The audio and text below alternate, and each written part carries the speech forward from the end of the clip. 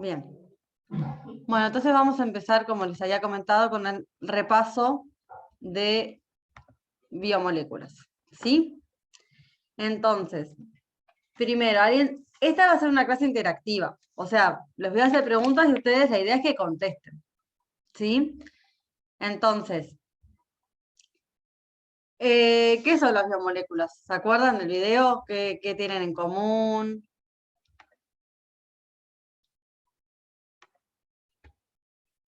¿Se acuerdan de algo de las biomoléculas?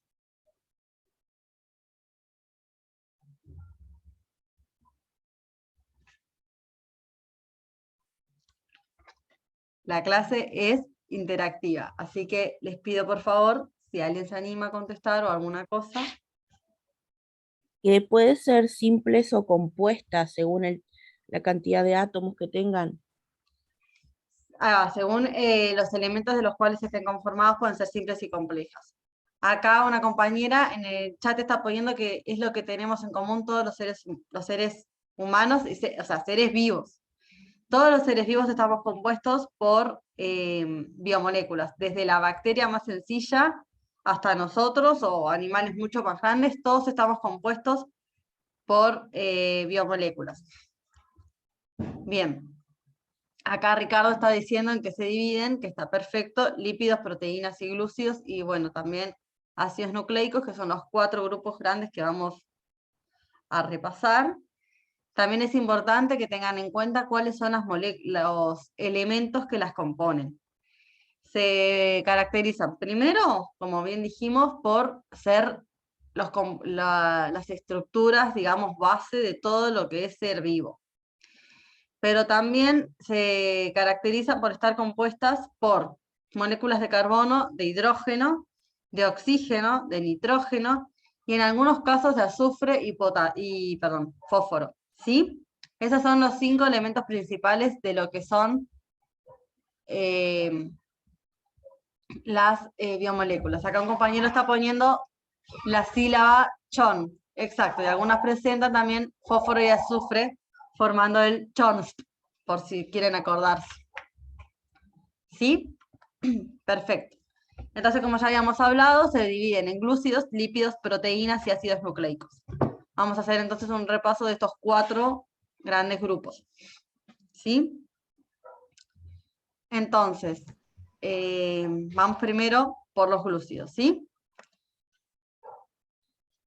De los glúcidos. ¿Recuerdan qué tienen en común, qué los caracteriza a los glúcidos?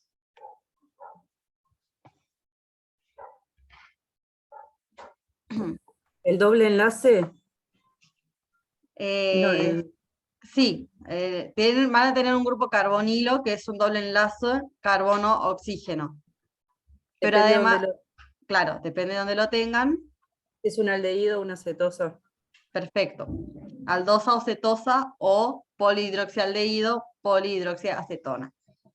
Pero mismo el nombre de esta estructura, que les estoy diciendo polihidroxi, les da una idea de la otra característica grande que tienen los glúcidos, que es que son estructuras polialcohol. Si se acuerdan, ustedes ven en la manito, ¿no? Tienen varios grupos OH o grupos alcohol o hidroxi. ¿Sí? Y bien, como decía la compañera, también una subdivisión son los polihidroxialdehído o aldosas o los polihidroxiacetonas o cetosas. ¿En qué se diferencian? En dónde tienen el grupo carbonilo. Si lo tienen en un extremo de la cadena carbonada, van a tener un grupo aldehído, por eso son polihidroxialdehídos. Si lo tienen a lo largo de la cadena, acá dicen que está saliendo cortado el audio. No sé si es ella o soy yo. Permiso. Se escucha bien, se escucha bien. Ah, perfecto, gracias. Cualquier cosa ustedes me dicen. Si se escucha bien o se me corta, ¿sí? Y después tenemos los polihidroxiacetona, que tienen el grupo carbonilo a lo largo de la cadena hidrocarbonada, formando lo que conocemos como un grupo cetona. ¿Bien? ¿Alguien se anima a decirme un ejemplo de un polihidroxialdehído o aldosa y un polihidroxiacetona o cetosa?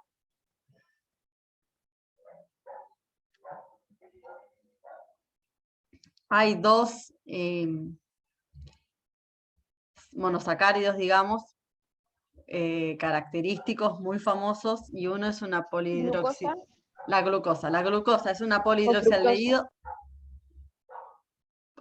Cetosa y glucosa y fructosa era lo que quería que me dijeran. Y acá lo está diciendo bien Alison. Una glucosa es la glucosa, mejor dicho, es un polihidroxialdehído, y la o aldosa, y la bueno, mejor dicho, la fructosa es una polihidroxiacetona o cetosa. Bien, galactosa también es un ejemplo de polihidroxialdehído. Y después hay algunos términos que nombraron, almidón, por ejemplo, que ahora vamos a ver bien qué es el almidón. Sí, pero básicamente era eso. La pregunta apuntaba a eso, a decir que la glucosa es un ejemplo de polihidroxialdehído y la fructosa es un ejemplo de polihidroxiacetona. Polihidroxialdehído, recuerden que le pueden también llamar aldosa, y a las polihidroxiacetonas les pueden llamar cetosas. ¿Sí? Bien, ahora, fuentes. ¿Alguien se anima a decirme alguna fuente de glúcidos? O unas cuantas, las que se animen. ¿Dónde podemos encontrar glúcidos?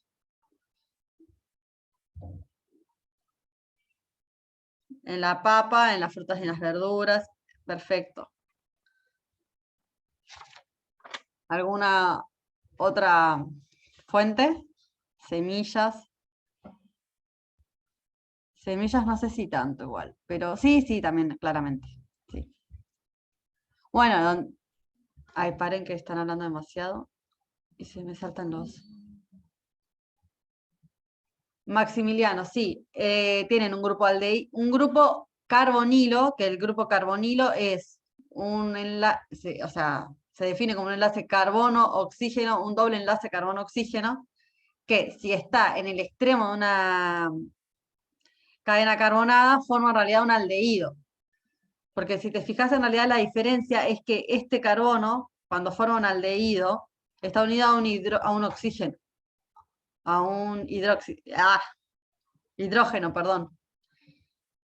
Y cuando está a lo largo de la cadena carbonada, está unido a dos carbonos. O sea, acá está unido a un carbono y a un hidrógeno, y acá a dos carbonos. Y esa es la diferencia. Acá vas a formar un aldehído y acá vas a formar una acetona. Bien, gracias. De nada. Bien, ahí también están diciendo miel, en los dulces, todo lo que sea alimento procesado va a ser una fuente de glúcido. Y después, y después, alguna función que tengan los glúcidos, que se les ocurra, tienen tres grandes funciones. Ahí va. Energía, pero energía, dos tipos. Tienen, primero, generación de energía de forma inmediata, y después tienen reserva de energía. Y como también están diciendo varios compañeros, otra de las funciones es la estructural, ayudar, digamos, a la estructura celular. ¿Sí? Entonces, de eso vamos a hablar ahora. Bueno, fuentes, como bien dijeron, lácteos, que no lo mencionaron, pero recuerden, lácteos, lactosa, es un glúcido. Después también dijeron verduras, frutas, cereales, también lo comentaron. ¿Sí? Estas serían, digamos, fuentes naturales, pero también en todo lo que es alimento industrializado.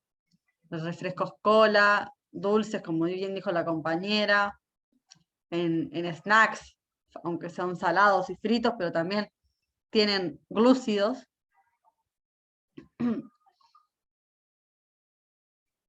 ¿Y cuáles son sus funciones? Bueno, la primera, la más importante, es generación de energía. Y el monosacárido por excelencia para la generación de energía es la glucosa. Otros, si recuerdan, no sé si lo llegaron a ver en el liceo o en alguna otra materia, pero hay varios otros glúcidos que, digamos, en el cuerpo pueden transformarse en glucosa y ahí entrar en el ciclo de Krebs para generar energía. Creo que era el ciclo de Krebs. Bien. Como reserva de energía también funcionan. Y ahí tenemos al almidón y al glucógeno. Tanto el almidón como el glucógeno son, digamos, cadenas lineales de glucosa. Entonces, de esa manera podemos reservar glucosa para cuando necesitemos generar energía. El almidón es el polisacárido de reserva energética en lo que es vegetales, ¿sí? Nosotros, los animales y los humanos también, reservamos energía en forma de glucógeno. Entonces esto es importante, recuerden que el almidón y el glucógeno son los dos polisacáridos de reserva energética, pero uno es en plantas, en vegetales, y el otro es en animales, incluido el humano. ¿Sí? Y luego, como también comentaron los compañeros, tienen función estructural. Por ejemplo, la celulosa. La celulosa es un polisacárido que ayuda a la estructura de las células vegetales. ¿Sí? ¿Hasta acá alguna duda?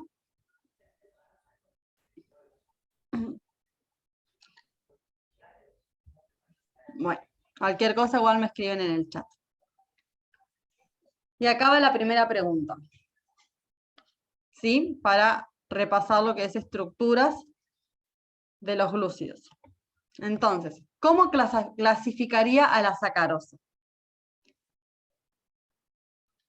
Las opciones entonces son: 1, un homopolisacárido ramificado; 2, un disacárido compuesto de un único monosacárido; 3, heteropolisacárido lineal; o 4, oligosacárido compuesto de dos monosacáridos distintos.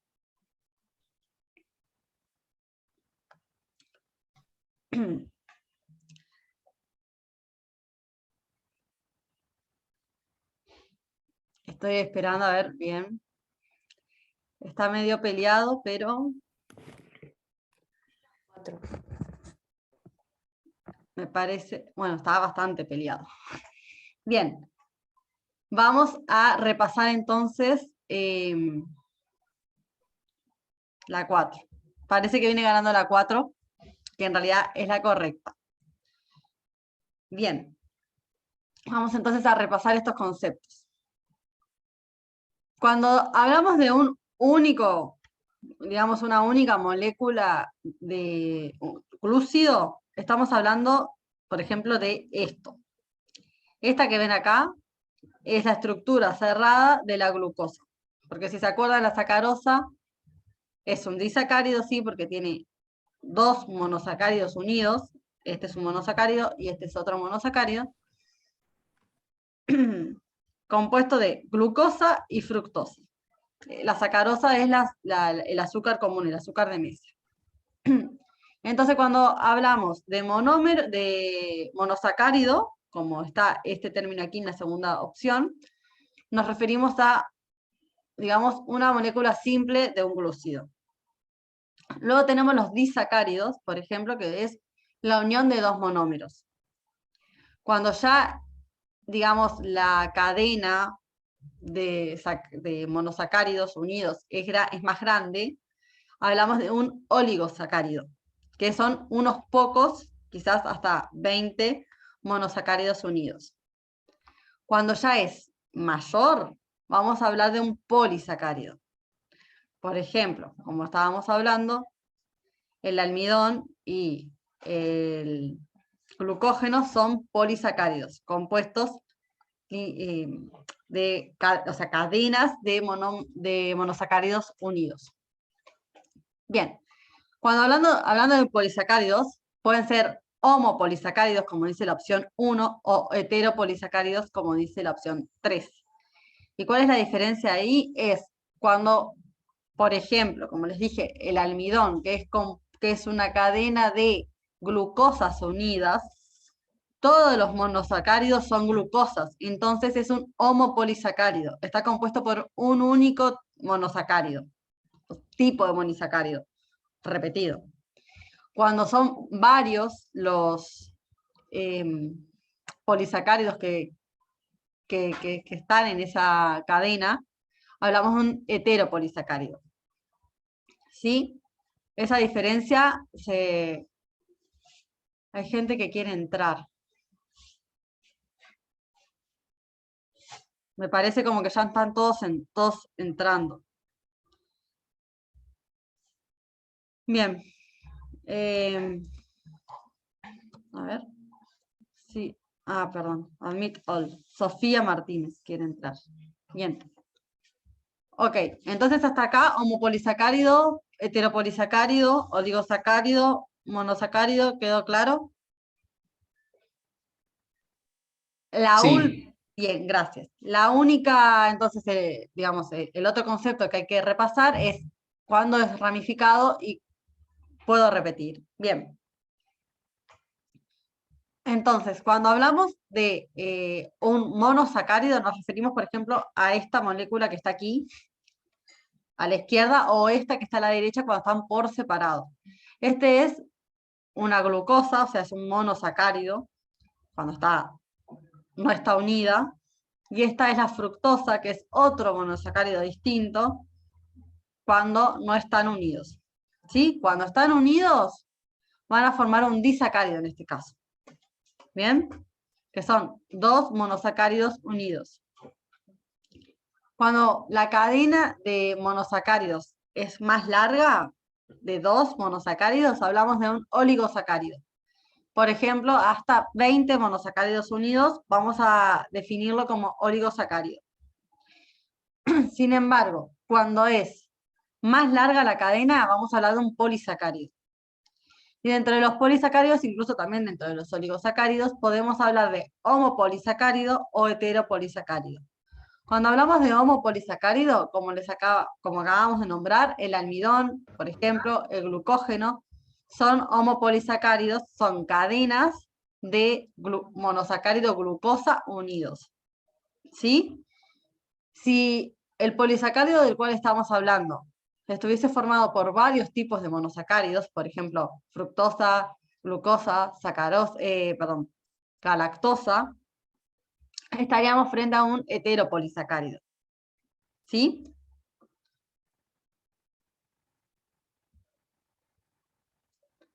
¿Ahora quedó claro? Bien. Y ahora lo que íbamos a repasar entonces es lo que es cuándo es ramificado y cuándo es lineal. ¿Cuál ¿Sí? sería la opción correcta en este caso? La 4. Igual, ahora vamos a ir viendo por qué no es uno y por qué no es el otro. Primero quería darles un repaso de lo que es teórico, como para lograr llegar a la respuesta todos juntos. Empezar a descartar para llegar juntos. ¿Cuándo es ramificado y cuándo es lineal? Bueno, podría llegar a pasar que, por ejemplo,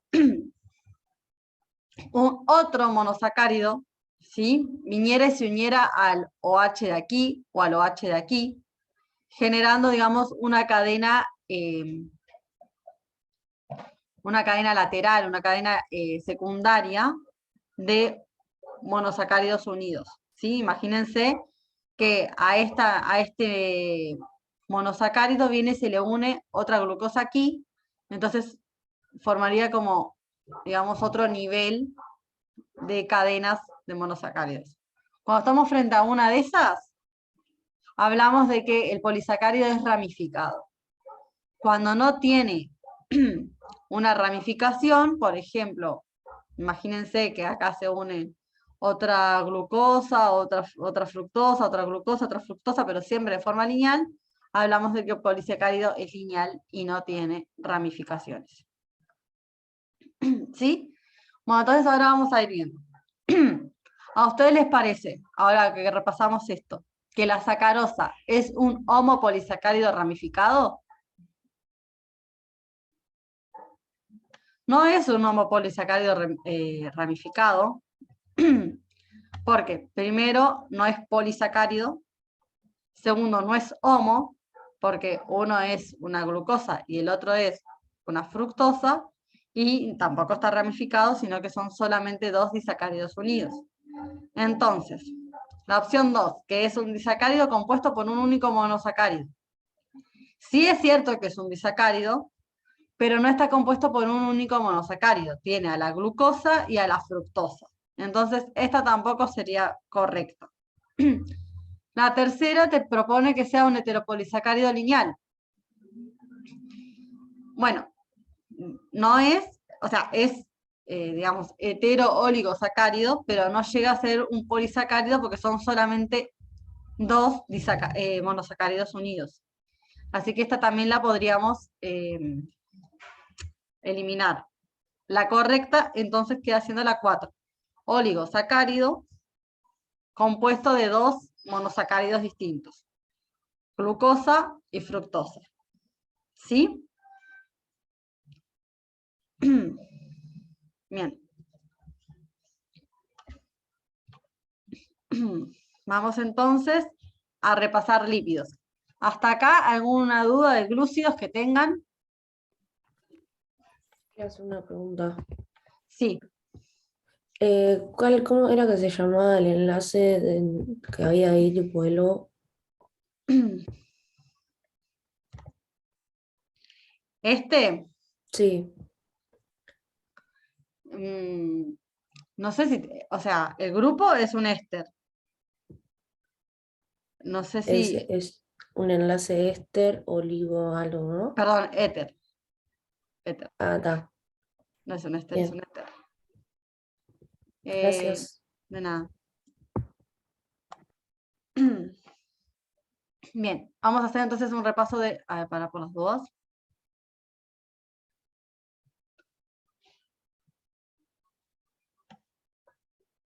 Un segundo que hay unas preguntas en el chat. Sería heteropolisacárido si fuera más de uno, ¿no? Si fuera más larga la cadena, sí sería un heteropolisacárido. Por ejemplo, ponele que esos disacáridos se repiten varias veces, sería un heteropolisacárido, sí.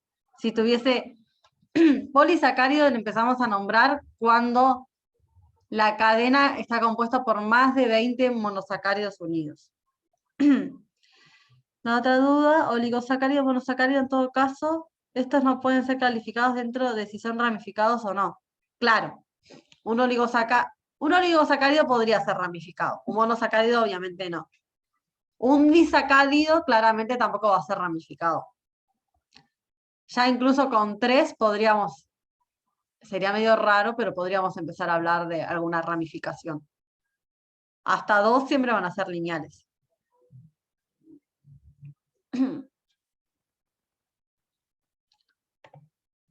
Bien, lípidos entonces. Y empezamos con la estructura, digamos, más simple de un lípido, que son los ácidos grasos. Entonces acá también vamos a empezar el repaso con una pregunta. Y la pregunta es, ¿cuál de las siguientes afirmaciones es correcta? 1. Los ácidos grasos se caracterizan por tener una cola hidrocarbonada polar y una cabeza apolar que corresponde al grupo ácido. 2. No existen restricciones en el largo de la cadena hidrocarbonada. 3. El ácido esteárico es un ácido graso saturado, el cual se espera que esté en estado sólido, o sea, formando una grasa a temperatura ambiente. Y la opción 4 dice, el ácido oleico es un ácido graso insaturado, el cual se espera que esté en estado sólido, o sea, formando una grasa a temperatura ambiente.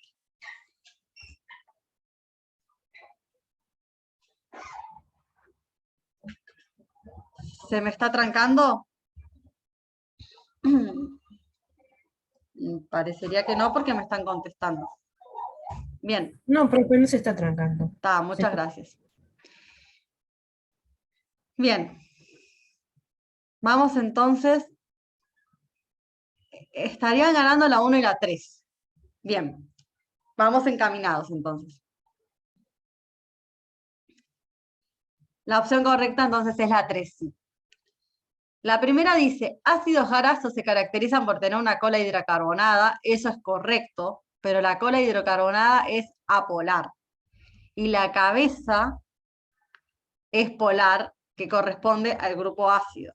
Recuerden que, o sea, cuando tengan en una molécula un grupo ácido, ese claramente es, digamos, la parte polar de la molécula. Entonces, sí es cierto que los ácidos grasos se caracterizan por tener una cola hidrocarbonada y una cabeza que corresponde al grupo ácido, pero la trampita acá está en que la cola hidrocarbonada es la que es apolar, es la parte apolar de la molécula, y la cabeza que corresponde al grupo ácido es la parte polar. ¿Sí? Entonces por eso la opción 1 no es correcta. La opción 2, no existen restricciones en el largo de la cadena hidrocarbonada.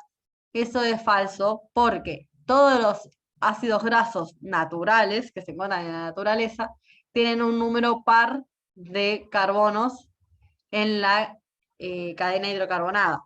Si cuentan es 1, 2, 3, 4, 5, 6, 7, 8, 9, 10, 11, 12, 13, 14, 15, 16, 17, 18. Siempre van a ser números pares, obviamente, no siempre van a ser 18. A veces van a ser más, a veces van a ser menos, pero siempre va a ser un número par los ácidos grasos que encontremos en la naturaleza. Y ahora tenemos la opción 3. Dice, el ácido esteárico es un ácido graso saturado, el cual se espera que esté en estado sólido, o sea, formando una grasa a temperatura ambiente. Acá tienen entonces a la izquierda el ácido esteárico. Y su homólogo, digamos, insaturado. ¿Recuerdan la diferencia entre saturado e insaturado? Los ácidos grasos saturados, digamos, para hacerlo fácil, están saturados de hidrógenos. No tienen dobles enlaces, ni dobles, ni triples, nada. Ninguno. Porque están saturados en hidrógeno. Lo pueden ver de esa manera. Y justamente esta saturación les confiere un punto de fusión mayor, por lo cual siempre se espera que a temperatura ambiente estén formando una grasa. Y generalmente estos ácidos grasos saturados van a estar, digamos, asociados a animales. Luego tenemos el ácido leico. Este sí está insaturado, que quiere decir que tiene, o sea, un ácido graso insaturado tiene al menos un doble enlace en la cadena hidrocarbonada. ¿Sí? Lo cual, este doble enlace le confiere un punto de fusión menor, por lo cual a temperatura ambiente se espera que esté formando un aceite. Y los ácidos grasos son característicos de, o sea, son de origen vegetal. Por ejemplo, si ustedes se fijan, acá ácido oleico. Oleico les puede hacer acordar a, por ejemplo, el óleo, les puede hacer acordar a lo que es la oliva. No hay nadie para entrar. Entonces pueden recordar que es de origen vegetal, entonces va a estar en forma de aceite. Por ejemplo, también tienen el linoleico, que su fuente principal, por ejemplo, son las semillas de lino. El nombre a veces hace como referencia a de dónde es. ¿Sí? Entonces la opción correcta es la 3. La 4 lo que tiene de incorrecto es que este ácido graso insaturado se va a esperar que esté en estado líquido, o sea, formando un aceite a temperatura ambiente.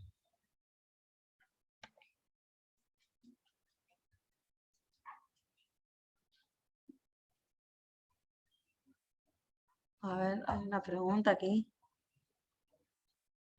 ¿A qué se debe?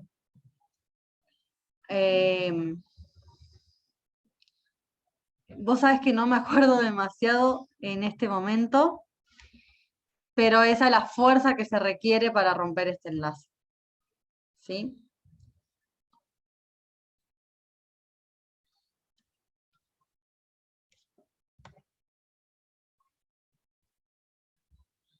Si están entrando, no sé si son personas que están entrando ahora o se está desconectando, pero yo estoy dejando entrar para ver qué me aparece. Bien. Entonces vamos a pasar ahora a lípidos con ácidos grasos. Estos también en el video eran clasificados como lípidos saponificables. Cuando nos referimos a una saponificación, quiere decir como que pueden formar micelas, jabones, ¿sí? Y bueno, entonces acá tenemos dos tipos de lípidos con ácidos grasos. ¿Alguien se anima a decir el nombre?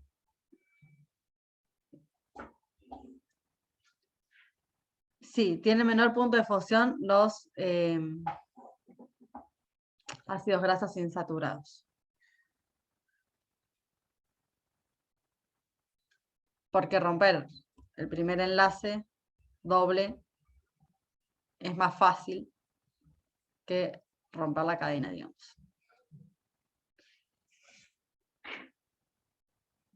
Bien, entonces,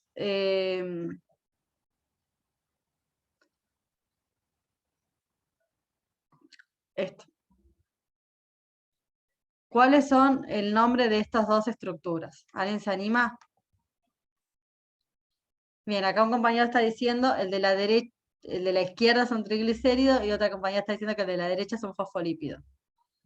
Bien, glicerol, sí. O sea, los triglicéridos, bueno, ambos, en realidad, ambas moléculas son un glicerol, acá tenemos el glicerol y acá también lo tenemos, unido. En el caso de la izquierda, a 3 ácidos grasos que pueden ser los mismos o pueden ser diferentes. Acá, de forma, digamos, general, tenemos diferentes cadenas, o sea que serían diferentes ácidos grasos, pero no tiene por qué. Y aquí tenemos de vuelta el glicerol, pero en este caso unido a solo 2 ácidos grasos, que también pueden ser iguales o diferentes, y a un grupo fosfato. Que a la vez el grupo fosfato puede estar unido, ¿se acuerdan? A colina, a etilamina y a serina, ¿se acuerdan? Bien, entonces, como bien dijeron en el chat, el de la izquierda sería, en este caso, un triglicérido. También, de forma general, podríamos decir que es un acilglicérido, por si no estuviese unido. O sea, triglicérido pues está unido a 3 ácidos grasos. Si estuviera unido solo a 2, sería un diglicérido. ¿Sí? Y el de la derecha es un fosfolípido, también, como dijeron en el chat.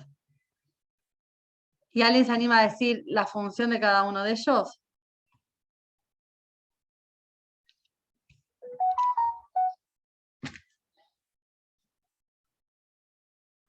Profe, ¿cómo se llama el de la derecha?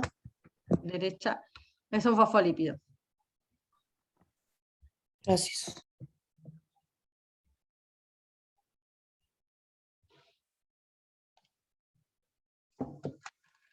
Ahí va. Acá está diciendo una compañera que el de la derecha, o sea, el fosfolípido, forma parte de la estructura de la pared celular. De la pared celular y de las membranas también. Las membranas, la capa membrana ay, Dios mío. Bicapa Capa lipídica. lipídica. Ahí va. Reiniciando el Windows. Sí, bicapa lipídica está compuesta por fosfolípidos. Ahí va, muchas gracias por ayudarme. Bien. Y recuerden cómo es, ya que está, perdón. Yo tengo anotado que son triacilglicéridos. ¿Está bien también? Perdón, un segundo. El de la izquierda es un triacilglicérido. en este caso, porque está unido a 3 ácidos grasos. De estar unido a 2 ácidos grasos, sería un diglicérido. Y como están diciendo en el chat, los triacilglicéridos, diacilglicéridos o acilglicéridos de forma general, sirven como reserva energética. ¿Sí? Entonces lo tenemos acá. Acilglicérido, o bueno, en este caso es un triacilglicérido o triglicérido.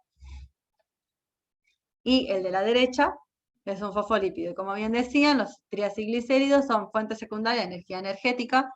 Esto quiere decir, cuando los niveles de glucosa, que recuerden que siempre la glucosa es la primera fuente de energía celular. Pero cuando se agota, las células pueden hacer uso de sus reservas energéticas que están guardadas. En primer momento, sí, bajo glucógeno en el caso de células animales y almidón en el caso de células vegetales, pero una segunda fuente de energía, una reserva de energía, van a ser los acilglicéridos. Y luego los fosfolípidos forman parte de la estructura de la membrana bicapa lipídica. Y lo importante aquí es que recuerden cómo se posiciona el fosfolípido. Ustedes recuerden que la membrana bicapa lipídica se comunica con el exterior de la célula y con el interior de la célula, y, o sea, es como con forma de sándwich, ¿no? Digamos, y el interior es apolar. Entonces, el fosfolípido se va a orientar de manera que el grupo fosfato quede mirando hacia afuera de la célula o hacia adentro, pero generalmente hacia afuera, porque como ya van a ver, o como deben haber visto, sirve también para todo lo que es comunicación e interacción con el medio. Pero lo importante es que las cadenas siempre van hacia el interior. ¿Sí? Las cadenas apolares siempre quedan, digamos, en el interior de la membrana bicapa lipídica. ¿Sí?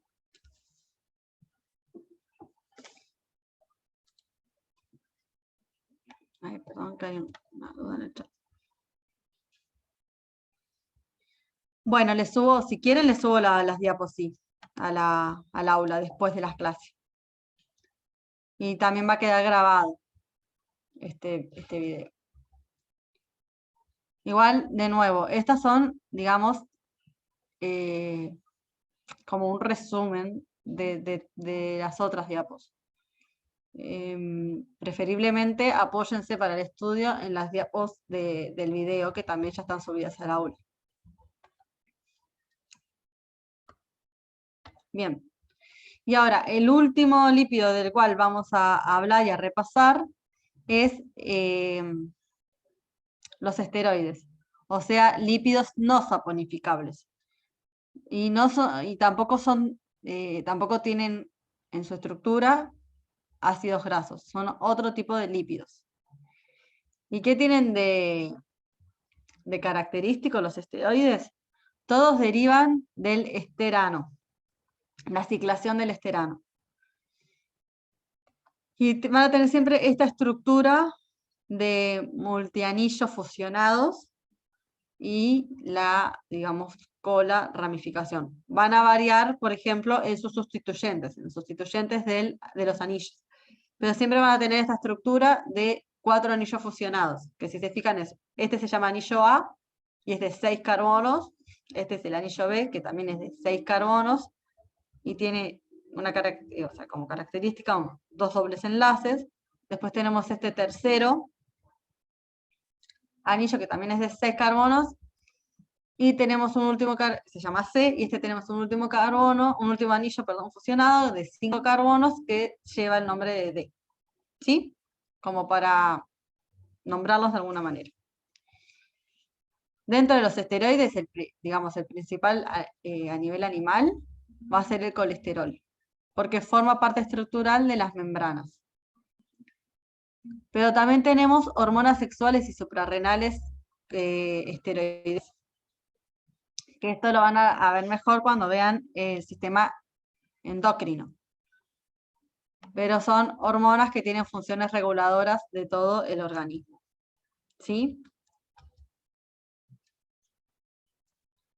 Bueno, hasta acá lípidos. ¿Alguna duda?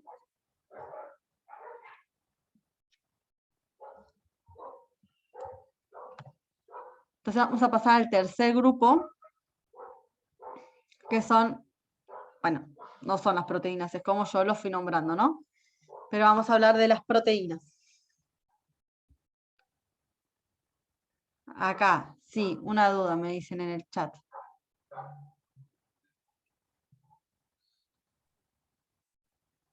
Sí, yo tenía una duda. Sí,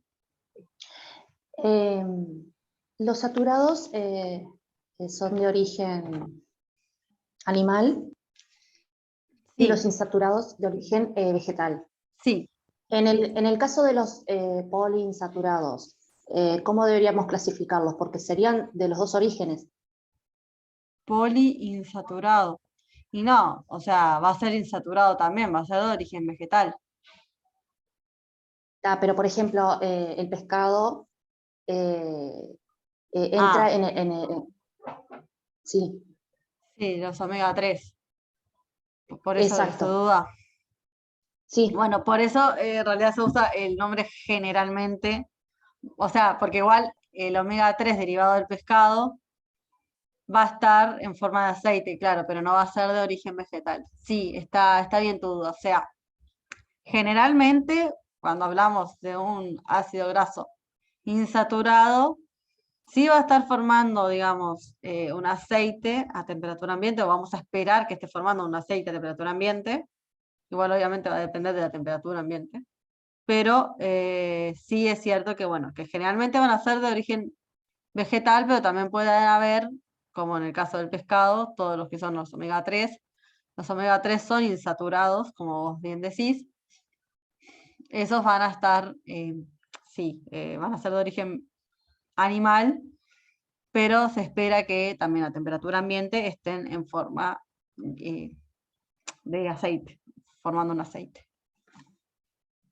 O sea, es un bueno, bien, gracias. generalmente, digamos, es un generalmente, por decirlo así. Bien. Gracias. De nada. Vamos a empezar ahí un poquito más rápido. No hay problema si Eduardo Trinidad está con Adrián Fleitas, porque igual no es con asistencia. ¿Sí? Bueno, vamos a ponerlo un poquito porque me acabo de dar cuenta que ya son las 10. Bueno, proteínas. ¿Alguien se anima a decirme fuentes de proteínas y las funciones?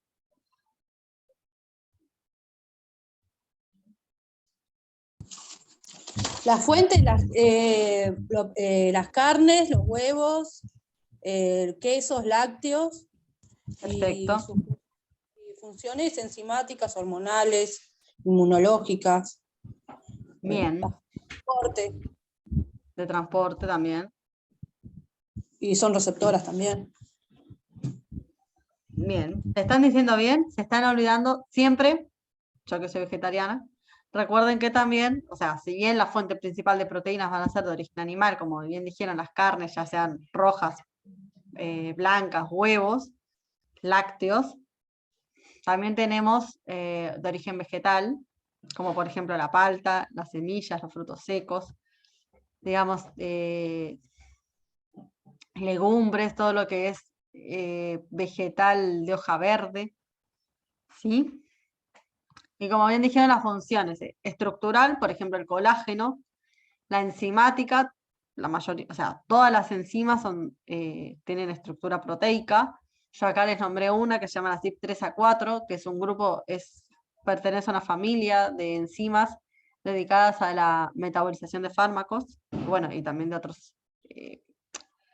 otros compuestos, ¿no? Pero para lo que nos compete, involucra bastante la metabolización de fármacos. Luego hormonal, también dijeron, la nombraron, la insulina es una hormona de origen proteica. También tenemos las inmunoglobulinas con funciones inmunológicas de transporte, como la hemoglobina, que se dedica al transporte de oxígeno en la sangre. y también receptoras, dijeron los receptores también son todos de origen proteico, y por ejemplo le puse el receptor GABA. Bien, y entonces, lo primero que vamos a repasar es la estructura básica de un aminoácido, o de, digamos, el enlace peptídico. Entonces acá tenemos un aminoácido, ¿sí? Recuerden que un aminoácido tiene un grupo, en este caso está ionizado, pero es un grupo ácido y un grupo amino, ¿sí? Que también está ionizado en este caso. Y se unen el grupo amino de uno de los aminoácidos, se va a unir al carbono que soporta el grupo alcohol, digamos. No, alcohol no, ácido. ¿Sí? Entonces, cuando hablamos de, acá bien tienen un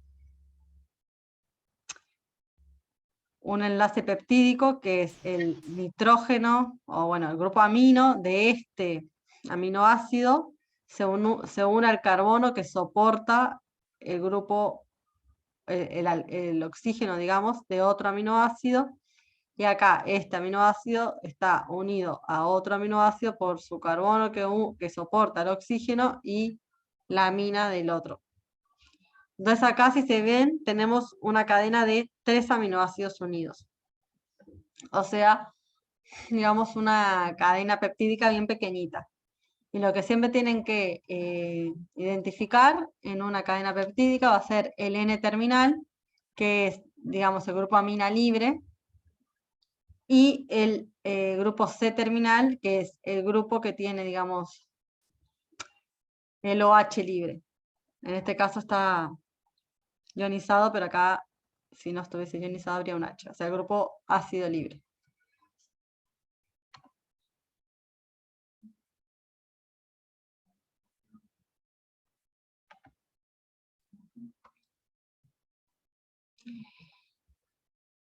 En el grupo preguntan qué sería peptídico. Ahí va, acá le están contestando. O sea, péptido también es como una manera, es como un sinónimo de proteína. O sea, si vos decís, o sea, dipéptido, vas a decir que es una cadena de aminoácidos que tienen 2 aminoácidos unidos. ¿Sí? Entonces, los aminoácidos esenciales los podemos agrupar en esenciales, o sea, todos los aminoácidos, que son 11, 20 en la naturaleza, los podemos dividir en aminoácidos esenciales y no esenciales. ¿En qué se diferencian? Los aminoácidos esenciales los necesitamos consumir de la dieta porque nosotros, los humanos, no podemos sintetizarlo en las cantidades que requerimos de forma diaria. Sin embargo, después hay otros 11 aminoácidos no esenciales que los podemos sintetizar sin problema. Otros años han habido dudas y, o sea, no necesitan saber cuáles son los 9 aminoácidos esenciales y cuáles son los 11 aminoácidos no esenciales. Simplemente saber que hay aminoácidos esenciales que los necesitamos ingerir de la dieta. Pero cuáles son esenciales y cuáles no son esenciales dependen, por ejemplo, de la edad. Hay algunos aminoácidos que en los niños, por ejemplo, son esenciales, pero luego cuando ya somos adultos dejan de ser esenciales. Y también van a variar cuáles son los esenciales y cuáles no esenciales, depende también de la fuente en la que se fijen. ¿Sí? Entonces, nomás para que sepan que existen aminoácidos esenciales. Y lo que es importante es que si se fijan, cada uno, o sea, si bien, por ejemplo, acá tenés el carbono que soporta al grupo ácido y al grupo amino, todos tienen lo que se llama un radical diferente. ¿Sí? O sea, el R que estábamos viendo acá, ¿sí? varía de aminoácido en aminoácido, es lo que los diferencia.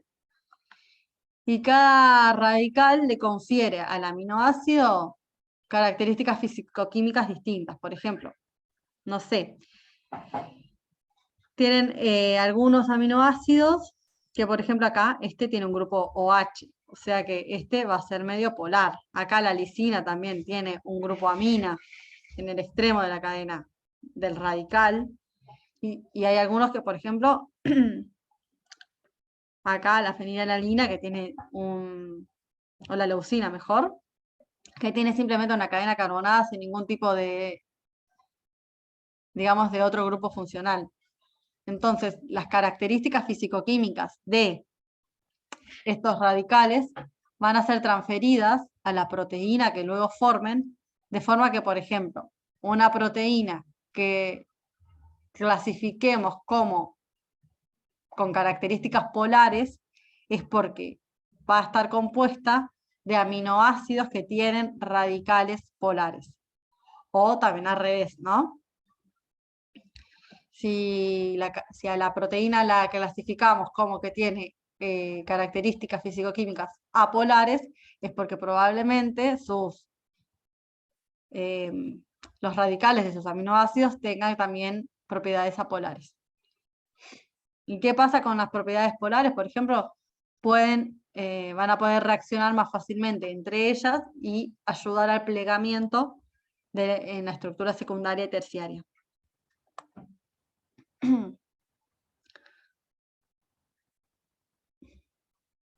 ¿Sí? Bien. Bueno, entonces vamos a esta pregunta. Que dice, ¿cuál de las siguientes afirmaciones es falsa? Entonces, la primera dice, la estructura primaria corresponde a la secuencia aminoácidica.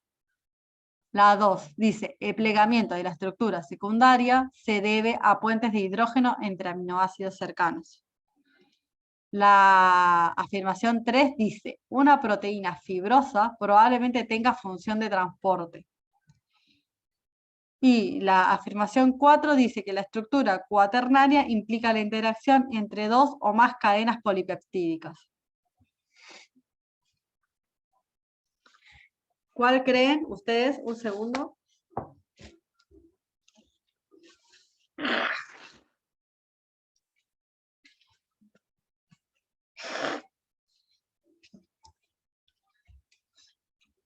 Bien. A ver. Todos están de acuerdo con que la 3 es la falsa. Correcto. La 3 es la falsa. ¿Por qué? No queda duda que la estructura primaria corresponde solamente a la secuencia de aminoácidos, que la tenemos aquí. La secundaria, bueno, se los acabo de decir. Digamos, los radicales de algunos aminoácidos van a favorecer un plegamiento en la estructura secundaria, por ejemplo, mediante puentes de hidrógeno.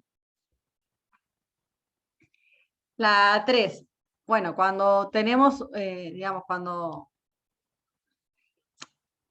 las proteínas fibrosas van a tener generalmente unas funciones más tipo de estructura, por ejemplo, el colágeno, como les mostré al principio, ¿se acuerdan? Es una proteína fibrosa que forma parte del cabello, ¿sí? Entonces,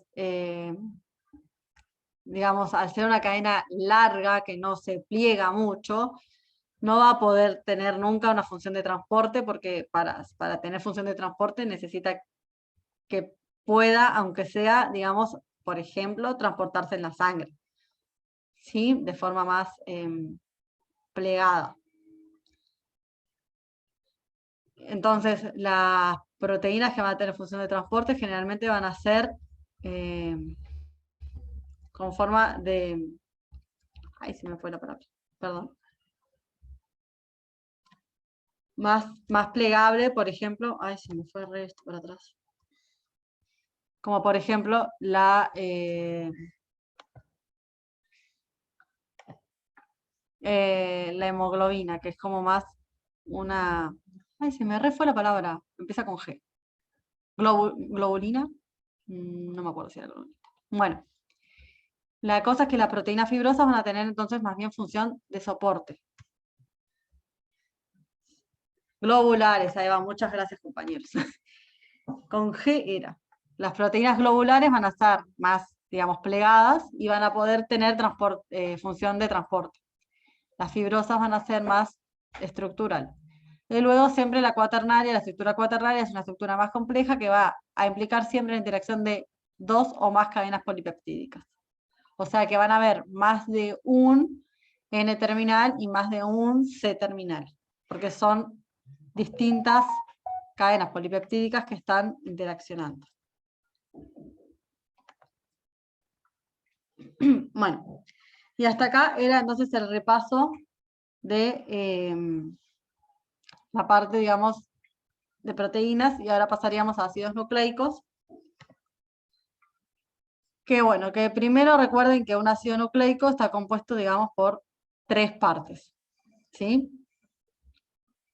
Entonces, ¿alguien se anima a decirme qué es el que está marcado como 1, por ejemplo?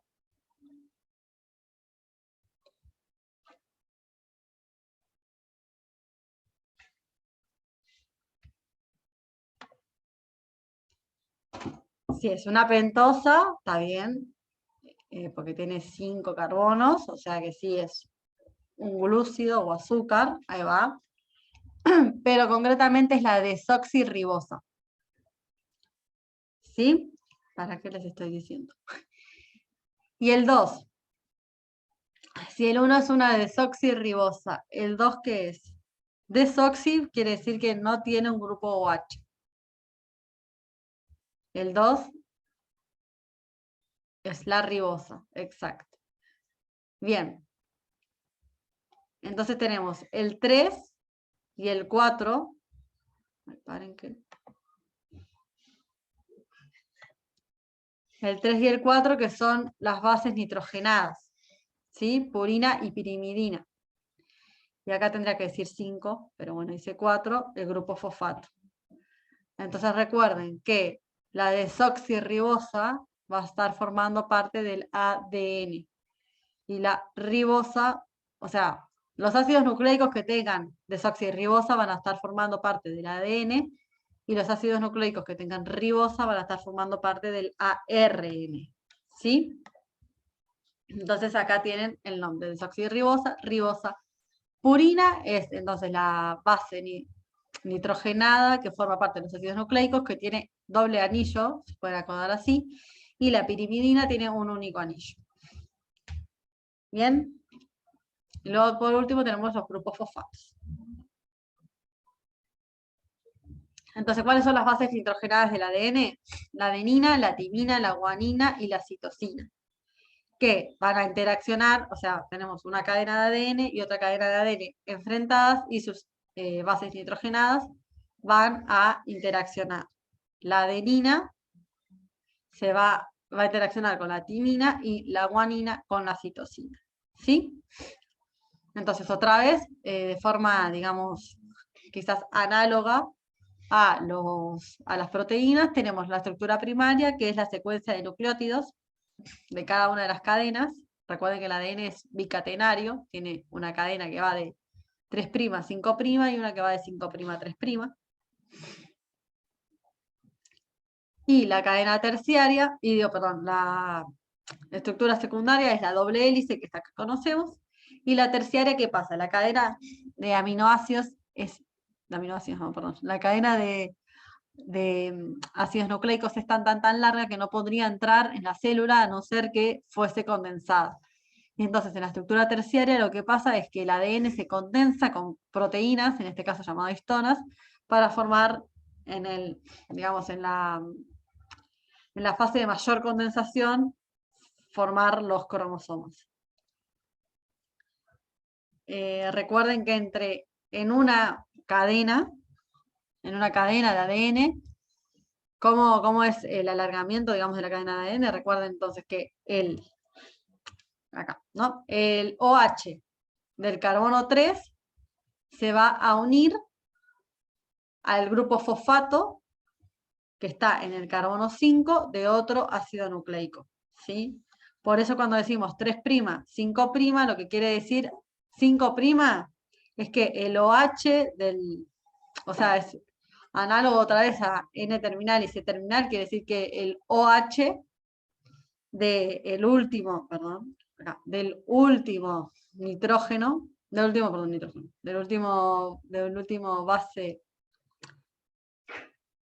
ácido nucleico está libre, y cuando hablamos de 3', lo que queremos decir es que este OH es el que está libre. Ahí me estoy yendo, ahí.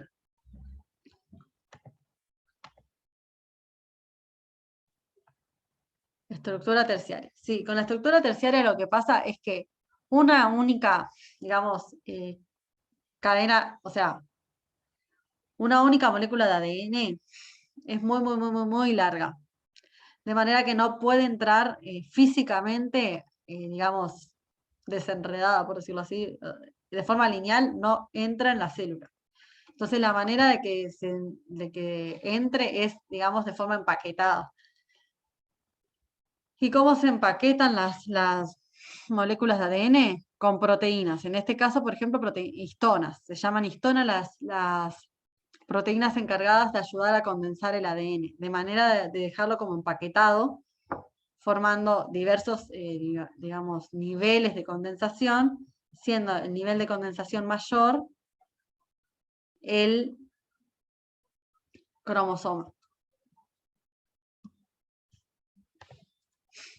Bueno, del ARN lo que vamos a decir es que es monocatenario, a diferencia del ADN que es bicatenario. En vez de timina va a presentar uracilo. O sea, las adeninas del ADN se van, en el momento de síntesis del ARN, se van a enfrentar a uracilos. ¿Sí? ¿Y qué función tiene el ARN? Bueno, mediar la síntesis de proteínas a partir de la información almacenada en el ADN. Entonces el ARN se forma en el núcleo, digamos, copiando una secuencia de ADN.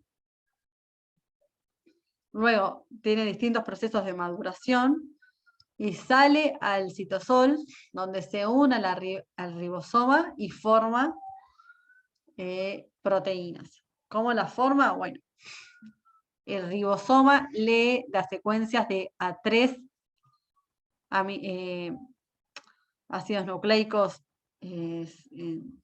seguidos, digamos una secuencia de 3 ácidos nucleicos, lo que se llama codón. Una secuencia de 3 ácidos nucleicos en unas ARN se llama codón y codifica para un aminoácido. ¿Por qué? Porque tenemos los ARN de transferencia, que es, digamos, el anticodón, tiene los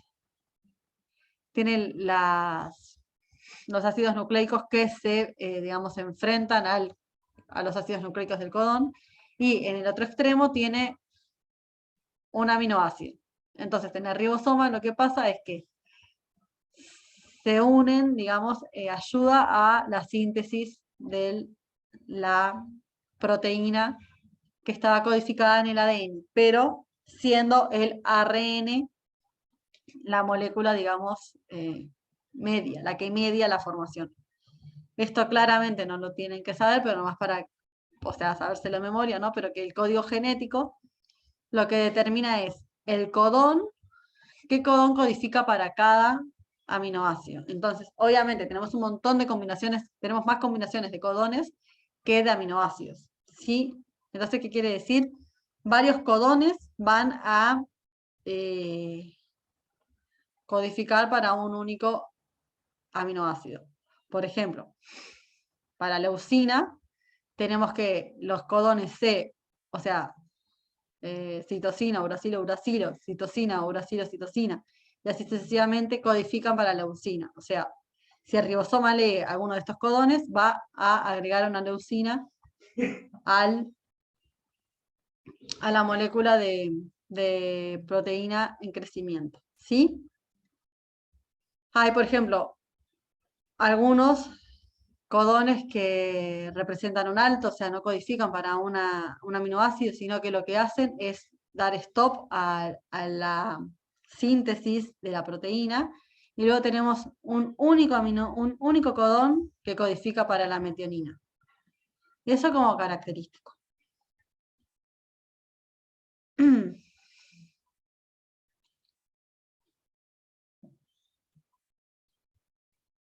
¿Sí? Bueno. Y hasta acá la introducción, digamos, el repaso de introducción a biomoléculas. Y vamos.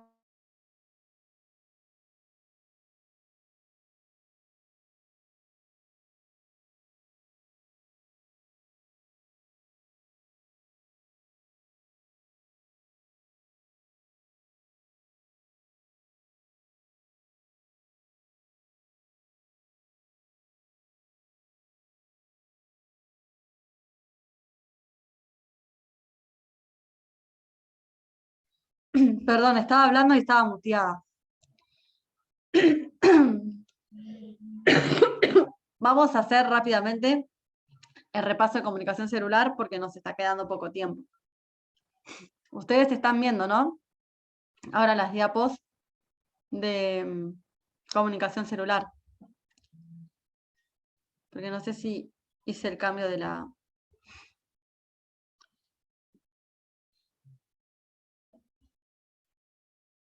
¿Los están viendo? Sí, se ve, sí. Está perfecto. Bien. Estas diapos son en realidad del docente Martín Umpierres, que es el que dio el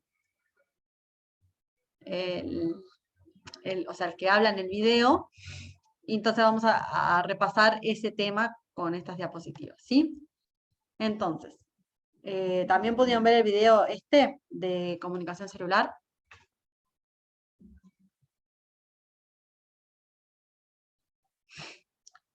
El primer ejercicio que les dice es completar los espacios en azul. Entonces, bien. ¿Qué representa el punto 1, el cuadradito 1? O sea, esto. ¿Qué representaría? Célula. Una célula. ¿Pero qué célula específicamente? Recuerden que cuando estamos hablando de comunicación celular, lo que estamos haciendo es diciendo que hay unos mensajeros, ¿sí? O se les puede llamar señales o moléculas mensajeras o mediadores químicos. Bien, célula emisora es lo que están diciendo. Estas diapos también las vamos a subir. En el chat están diciendo entonces que el 1 corresponde a la célula emisora. Emisora de, ya sea, que le quieran decir mediador químico, mensajero, señal química, pueden llamarlo de varias maneras. También de ligando, cuando interacciona con el receptor. Entonces, el cuadrado 2, que estaría señalando, digamos, a los circulitos azules y esta forma naranja. ¿Qué representaría? Bien. Acá ya lo dijeron todos. Sí. El 2 representaría al mediador químico. O bueno, como quieran decirle. Mediador, señal, mensajero. El 3 también lo dijeron en el chat. Representaría entonces el receptor. Y el 4 a la célula diana. Bien. Aquí está la solución, ¿sí? Entonces, recordar, como les decía, que estas señales químicas también les pueden decir mensajeros o mediadores químicos, o ligandos también cuando se van a unir a un receptor, y que se van a dirigir a la célula blanco. Entonces esta célula blanco va a recibir la señal y va a responder. ¿Está? Entonces, el mediador químico puede estar en la misma célula que libera la señal, o sea, el receptor para el mediador químico puede estar en la misma célula que emite la señal o en células distintas y también a diferente distancia, pueden estar cercanas, pueden estar más lejos. Bien, el ejercicio 2 entonces dice, respecto a las etapas de comunicación celular, enumere según el proceso que se lleva a cabo desde su inicio al fin. Entonces, ¿qué es lo primero que ocurre en las etapas de comunicación celular? ¿Cuál creen que es el primer paso? Síntesis. Perfecto. La primera es la síntesis del mediador químico. Luego de la síntesis, ¿qué ocurre? La secreción. Secreción. Perfecto, la secreción. Luego, El transporte. transporte, perfecto. Transmisión. ¿Se acuerdan que la transducción de la señal se da después de detectada? La detección. La Claro, recepción del primero va a mensaje. ser, ahí está, primero va a ser, entonces, síntesis, secreción, transporte, detección o recepción del mensajero por parte del receptor celular. Luego, cuando se dé, no siempre es necesaria la transducción, pero cuando ocurre, va a ocurrir después de la detección o la recepción de la señal o del mensajero, y por último la degradación de la señal para dar fin al proceso, para que no tengamos, digamos, una estimulación de la respuesta constantemente. Necesitamos ponerle un freno. ¿Sí? Entonces, hasta aquí, digamos, lo que ustedes dijeron. Primero la síntesis, después la secreción, transporte, detección, transducción. Acá les puso la S el profesor para que recuerden que es transducción y no transducción. Y degradación de la señal. ¿Bien? Entonces, a ver si está más... No, no estaba más arriba. O capaz que está así, pero vamos a repasar. Que todas las células entonces reciben señales, pero no todas las señales posibles. O sea, hay células que algunos mensajeros no responden a algunos mensajeros. Esto es, o sea, tenemos varias células, ¿no? Pueden responder. Dos células pueden responder al mismo mensajero, pero una célula no tiene por qué responder a todos los mensajeros que hay. ¿Sí? Va a depender de los receptores que exprese esa célula. Otra cosa que no sé, creo que lo dice más adelante, así que vamos de a poco. Entonces, el mensajero, recuerden que se puede transportar ya sea por el espacio intracelular, o incluso se puede llegar a transportar por la sangre. Recuerden que la transducción es una cascada de señalización que no siempre se va a dar. Se va a dar sobre todo cuando el mensajero interacciona o se une a un receptor de superficie, un receptor de membrana. ¿Sí? Recuerden que lo que hace es, este receptor que no puede ingresar a la célula, lo que hace es provocar esta señal que no puede entrar a la célula, lo que ocasiona es un cambio conformacional en el dominio interno de su receptor, de manera que se desencadena una cascada de señalización que va a finalizar con la respuesta de esa señal en la célula. Bueno, hablemos entonces de receptores. Recuerden que hay receptores intracelulares que se pueden ubicar ya sea en el citosol o en la membrana nuclear. También hay receptores de membrana o extracelulares. Y bueno, de esto es lo que vamos a ir hablando ahora. Entonces, el ejercicio ahora es indicar si las afirmaciones son verdaderas o falsas. La afirmación A dice, una sustancia A es solo capaz de unirse a un único receptor. ¿Qué consideran?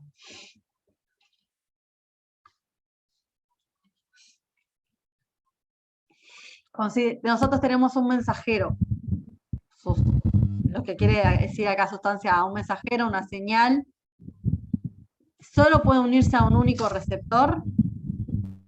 No, No, exacto. O sea, es falso. Puede unirse a un grupo reducido de receptores. Obviamente no va a poder unirse a un montón, pero sí a un grupo de receptores. ¿Sí? Este concepto está, digamos, esta afirmación está relacionada con el concepto de especificidad. ¿Sí? O sea, un mensajero tiene especificidad por un grupo reducido de receptores. ¿Bien? Y luego la B. La afirmación B dice que cada interacción ligando-receptor está asociada a una función particular. ¿Esa consideran que es cierta o no?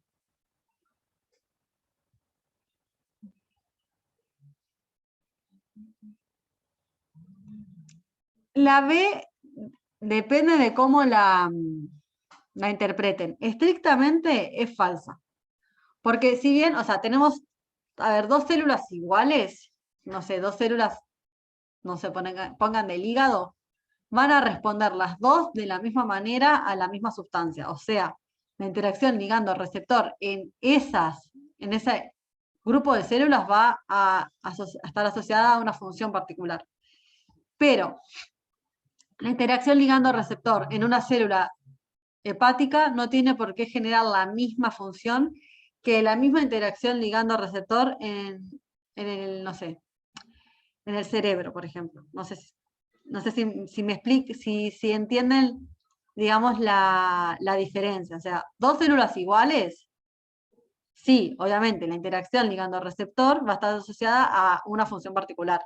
No es que la célula hepática A va a generar va a estar asociada a una función y la célula hepática B va a estar asociada a otra función. Como son las dos hepáticas, van a estar asociadas a la misma función. Pero distintos tipos de células, la asociación ligando-receptor no tiene por qué generar la misma función, la misma respuesta. ¿Eso quedó medio claro?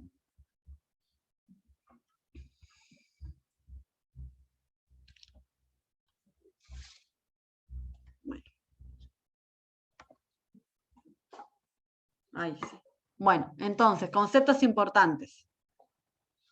O sea, sí, como bien decía, o sea, como bien se dice en el video, el mediador químico y su receptor es una unión específica. Existen varios tipos de receptores para un mensajero, que era lo que decíamos en la afirmación A recién. O sea, una sustancia A no solo va a interaccionar con un único receptor, sino con un grupo de receptores. Lo que estábamos comentando recién. Diferentes tipos de células pueden tener el mismo receptor para determinado mensajero químico, pero no tiene por qué la respuesta celular ser la misma. Va a depender de la célula diana en cuestión. Y el tercer punto importante es que existen varios mensajeros químicos que pueden tener especificidad por un mismo receptor.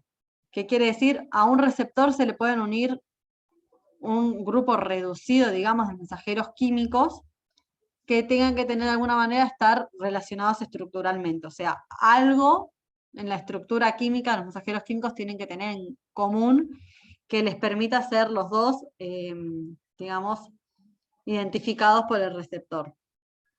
Y esto, digamos, es la base de lo que es la farmacología. O sea, nosotros vamos a generar fármacos que de alguna manera mimeticen o antagonicen, según nuestro interés, al mensajero químico endógeno, mejor dicho, al mensajero endógeno, ¿sí?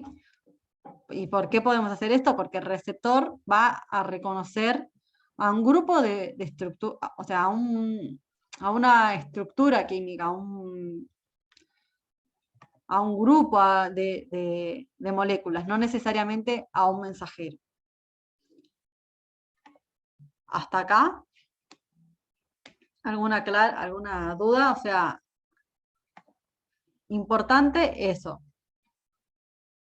Un mensajero químico se va a unir a varios receptores. Un mismo receptor puede unirse, o sea, un mismo receptor puede tener mejor dicho al revés, ¿no? Un mensajero químico puede tener especificidad por el mismo receptor, o sea, a un receptor se le pueden unir varios mensajeros químicos. Y lo otro importante era lo que les comentaba. Células distintas que tengan el mismo receptor van a poder, digamos, reconocer a un mensajero químico, pero no necesariamente van a desencadenar la misma respuesta, siendo células distintas.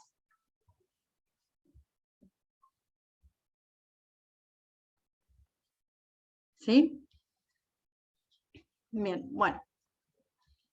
Entonces acá, paren que tengo que correr esto, si no, no puedo leer. Bien. Afinidad.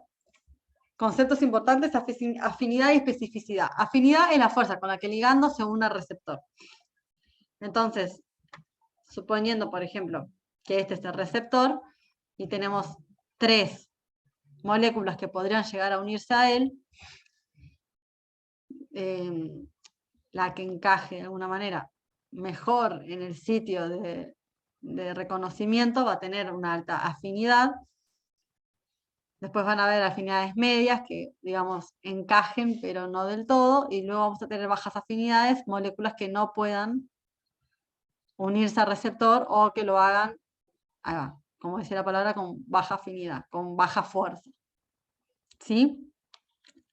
Y luego tenemos la especificidad, que es la capacidad, o sea, afinidad es, digamos, visto desde el receptor, y especificidad es visto desde el mensajero, ¿no? Es la capacidad que tiene un receptor de unirse a un número limitado de ligandos, los cuales están estructuralmente relacionados, ¿sí? O sea, el receptor no va a poder reconocer cualquier ligando, sino que va a tener al revés, ¿no? El ligando va a tener especificidad por algún receptor, y todos los ligandos que se unen a ese receptor van a estar de alguna manera relacionados estructuralmente.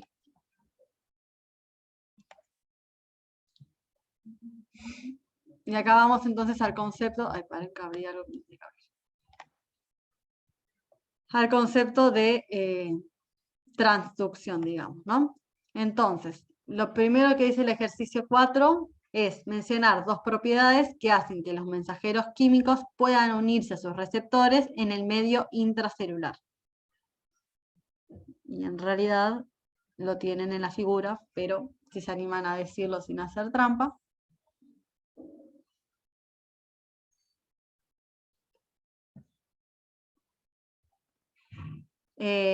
Acá preguntan, si una baja afinidad puede producir una interacción. Sí. O sea, justo creo que este dibujo trata de mostrarte, o sea, sí se va a unir, ¿viste? O sea, muestra como que hay una unión, hay una interacción, pero es muy débil porque están unidos, digamos, como por pocos puntos. Si se imaginan, acá vieron, están unidos muy poquito. Entonces, la fuerza de esta interacción es muy baja, pero sí hay una interacción y sí podría haber una respuesta. Pero si, por ejemplo, imagínense que en realidad las moléculas compiten de alguna manera por el receptor. Entonces, nosotros tenemos esta interacción, pero viene el amarillo lo desplaza muy fácilmente al verde y se mete él en el receptor.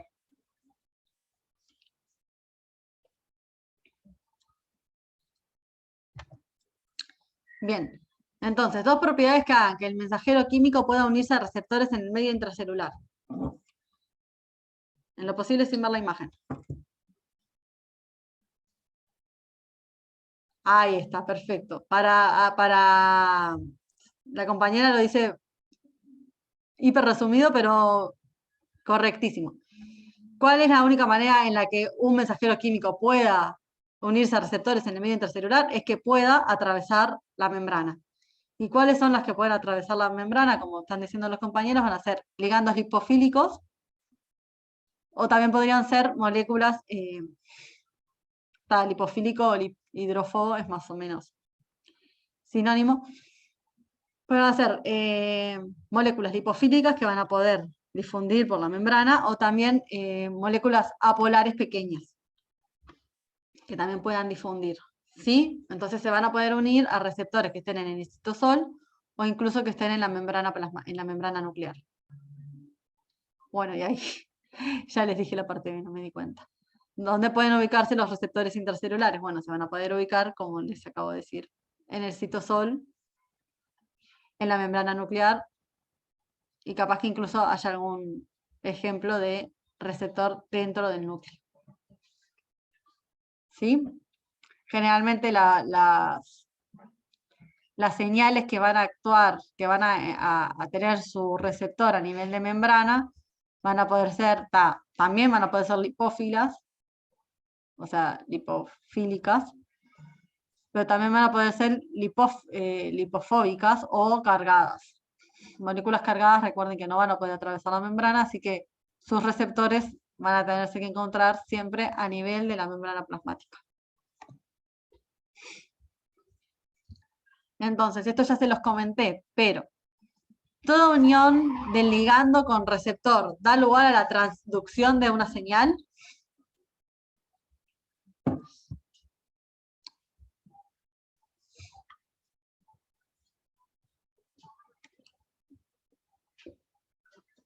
Sí, acá me están diciendo que no.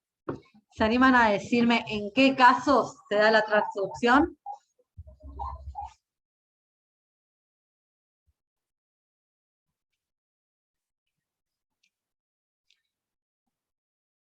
La transducción se va a dar en el caso en el que la Cuando señal... es extracelular. Ahí va, cuando es extracelular, o sea, la señal, digamos, la interacción, ligando, señal, mensajero, y el receptor es extracelular, o sea, cuando el receptor es de membrana. Acá, por ejemplo, tienen en el dibujo un caso donde no se da la transducción. Por ejemplo, una hormona, en este caso se muestra como que difunde, quizás sea una hormona, como habíamos visto, con origen esteroideo, que pueda difundir, y se va a unir a su RN, que dicen acá, es su receptor nuclear, que está en el citoplasma, de forma unida a este complejo HSP que lo hace inactivo. Entonces la unión hormona al receptor genera la activación del receptor y un complejo. Bueno, en este caso, por ejemplo, se tiene que generar un dímero que pasa por un poro, y acá se da la respuesta celular que termina en la síntesis de una proteína. ¿Sí? Este es un caso donde no se dio una transducción de señal, sino que fue mismo la hormona la que generó, digamos, la respuesta. Imagínense una señal, por ejemplo, algún fármaco, una diazepina que se une a un receptor en la membrana y generan un cambio, como les había mostrado en la imagen anterior, un cambio conformacional en su receptor. Por ejemplo, en el video les dieron el ejemplo de receptores que estén asociados a proteína G o que sean tirosinquinasas, que de alguna manera las tirosinquinasas van fosforilando ciertas otras proteínas para activarlas o desactivarlas y así ir mediando la respuesta celular. Entonces sí, es falso. No toda unión ligando receptor va a dar lugar a la transducción. Bueno, las señales. Las señales químicas pueden ser de diversa naturaleza química, valga la redundancia.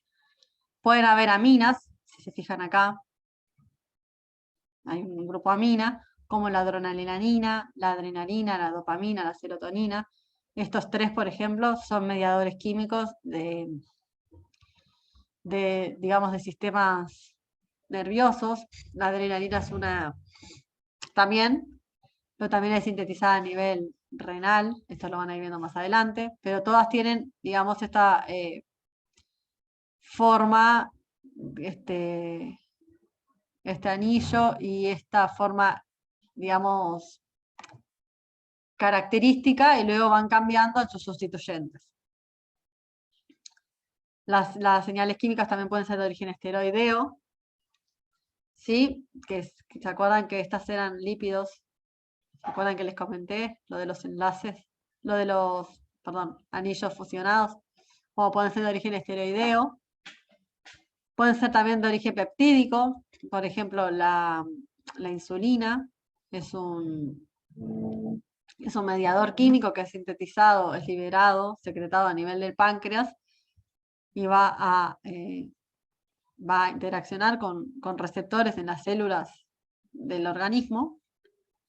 Y luego tenemos otros, como por ejemplo, otros mediadores con estructuras diferentes, como por ejemplo gases, iones, nucleótidos o aminoácidos simples, ¿sí? Bueno, hasta acá más o menos alguna duda, antes de pasar, digamos, al último concepto a repasar.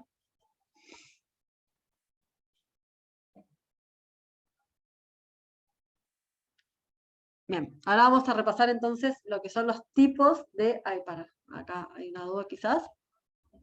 Ah, no. Bien. Vamos a hablar de los distintos tipos de comunicación celular. Entonces, ¿se acuerdan que hay 4 grandes tipos de comunicación celular que básicamente se van a diferenciar quizás en la distancia entre la célula emisora y la célula blanca? ¿Sí? Entonces, ¿alguien se anima a decir, bueno, están acá, ¿no? Pero a resumir de alguna manera los distintos tipos de comunicación celular?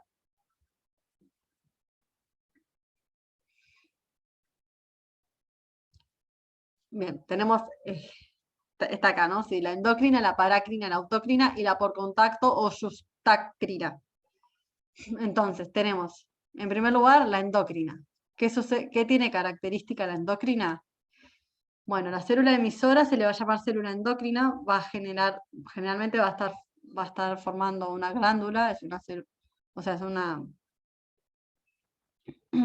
una célula de una glándula que secreta la señal química, que cuando hablamos de comunicación endocrina, la señal química se llama hormona. Esta hormona viaja por el torrente sanguíneo y va a poderse unir a las células blanco o células diana, que van a estar muy alejadas, o sea, pueden estar muy alejadas o muy cerca, pero la característica es que la hormona va a viajar por sangre, ¿sí? Para unirse a sus receptores en células blanco distantes. O sea, lo que tiene de característica la comunicación endocrina es que permite la comunicación, digamos, de células distantes. ¿Sí? En la parácrina, lo que tenemos es que la célula diana libera su señal química al medio intracelular para que sea reconocido por células cercanas.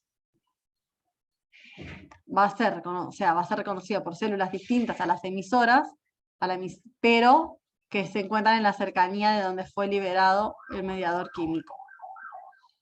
Un ejemplo de eso, por ejemplo, como dice aquí abajo, es la comunicación entre neuronas.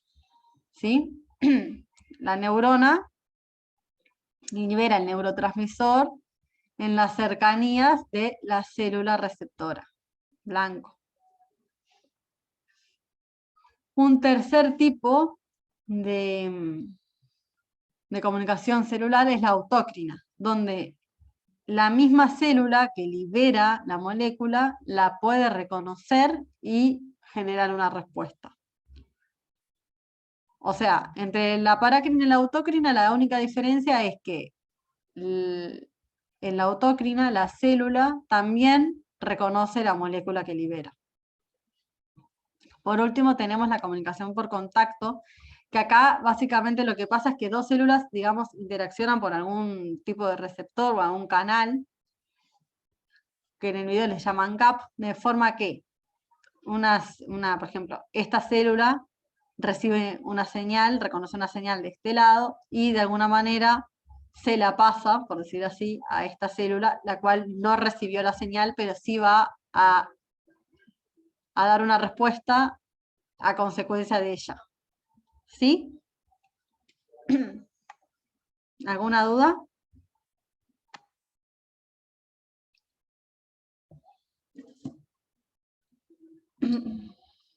Bueno, vamos entonces al último ejercicio.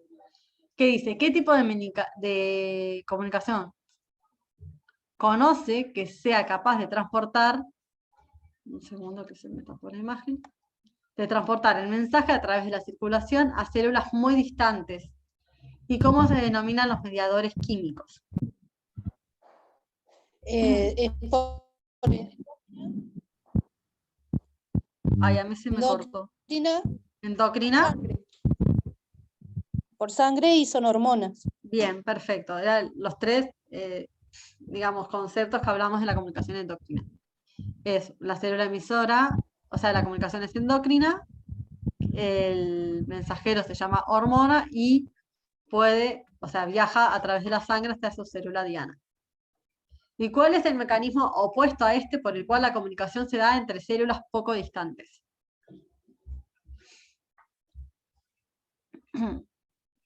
Parácrina. La parácrina o la por contacto permite la comunicación entre células poco distantes, sí, exacto.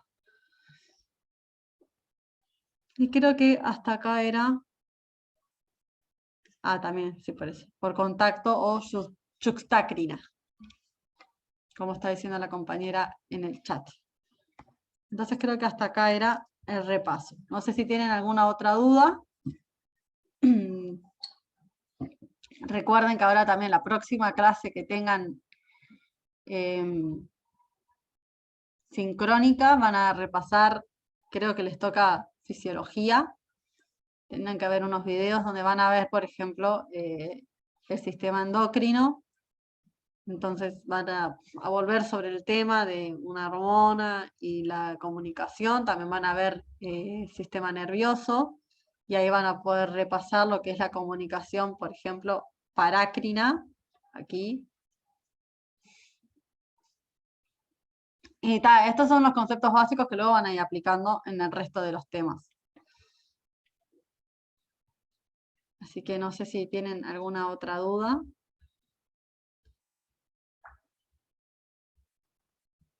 Si no, bueno, podemos finalizar la clase.